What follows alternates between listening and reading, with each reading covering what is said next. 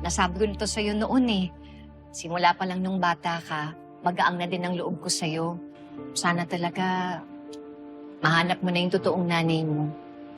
Sana nga po. Wala bang nabanggit o nasabi sa'yo ang daddy mo tungkol sa totoong nanay mo? Wala po talaga eh. Yan, may awa ang Diyos. Ipagdadasal ko na sana mahanap at makilala mo na yung tunay mong nanay.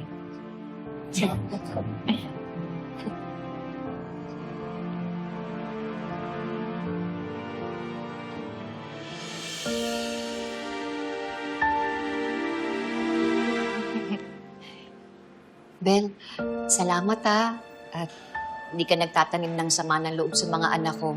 Lalong-lalo na kay Tali. Alam mo naman yun, di ba? Naging masama siya sa'yo. Pero tinulungan mo pa rin siya. Hindi po naman yun big deal para sa akin. Tsaka, masaya naman po ako na finally, naging friends na po kami ni Tali. Tsaka, ayoko na rin po ng away-away. Alam mo, Bel, ang bait mo talaga, no? Ay, may naisip ako. Ano po yun? Total namang mag-iibigan na kayo ng mga anak ko. Bakit kaya hindi ka bumisita dun sa Flower Cafe? You're inviting me? Oo naman.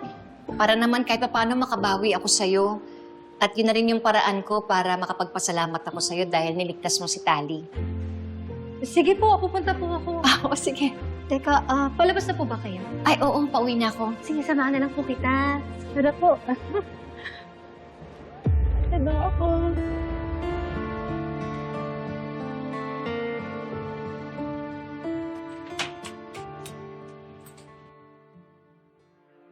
Ano to? Saan mo na? Dali!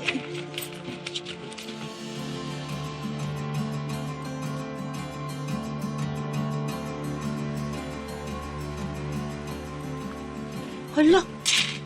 Oo nga! Diba? Sinabi naman na kasi sa akin ni Malu na anak ko yan si Tali. Saka alam mo, nakikita ko yung sarili ko sa kanya. Kaya kahit wala na yung DNA test na yan, alam ko na ako talaga yung nanay niya. Tali.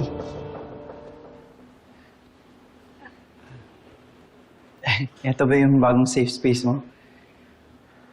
Madalas kitang nakikita dito Over ka naman, oy.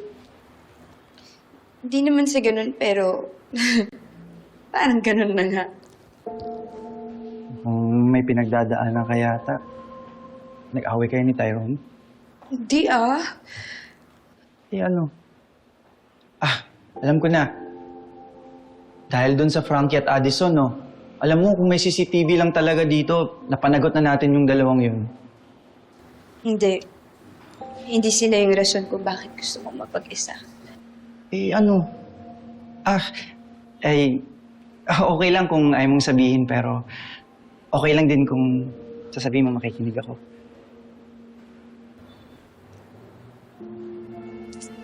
Si Bel. Bakit? Anong ginawa niya sa'yo? Di ba si Belle yung nagligtas sa'yo?